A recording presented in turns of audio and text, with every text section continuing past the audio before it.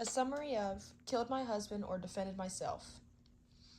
51-year-old Mark Bennett was shot and killed by his wife, Candy Bennett, in Spencer County, Kentucky, after what appeared to be a case of domestic violence. There had been known domestic violence in their 5-year marriage for at least 3 years. However, a month before the murder, it began to become more frequent and violent. Candy was suspicious of an affair, so on the day of the murder, she decided to search his car to maybe find what he was doing with his time.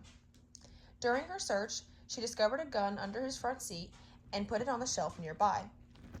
Around the same time, Mark arrived home and found Candy searching his car. He became infuriated and yells at Candy that he will effing kill her for doing this. Candy believed he would be capable of doing this, and as he began to become closer to her, Candy shot Mark multiple times.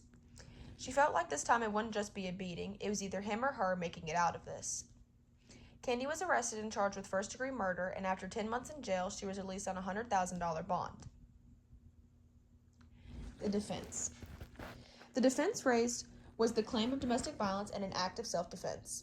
Candy claims that she is not a murderer, but yet a victim, and in the fear of being killed, she did everything she could to save herself. During the morning of the murder, Candy stated that Mark was being extremely abusive. They were fighting and arguing, and during this fight, Mark grabbed Candy and began choking her. After this altercation is when Candy began searching Mark's car. When she is caught, Mark begins charging at her with a shovel, and after lunging at her with it, he then states that he is going to go inside to grab his gun to kill her.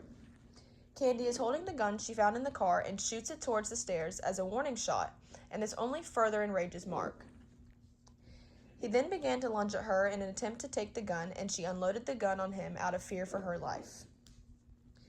Candy's defense would fall under the justification category since she did admit to committing the act, but then had a valid argument of self-defense.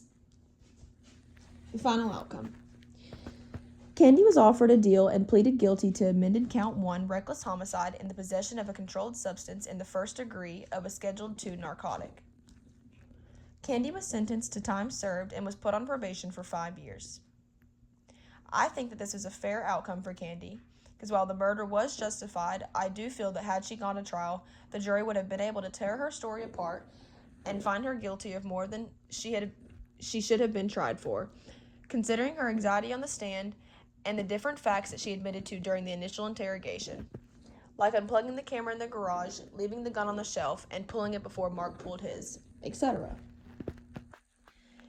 Candy deserves to be able to spend time with her children and have a chance at life, even if she has to be a registered felon for the rest of it.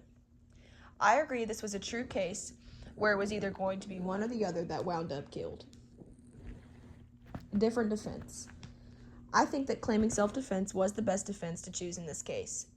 Due to Mark's extreme abuse and violence, Candy was left with no choice but to commit this act. She admittedly feared for her life and had to fight for her life every day, and she was not the only woman who experienced this with Mark. I feel that Candy could have also tied in her defense with the abuse Mark committed on her daughter, Whitney, and Mark's ex-wife.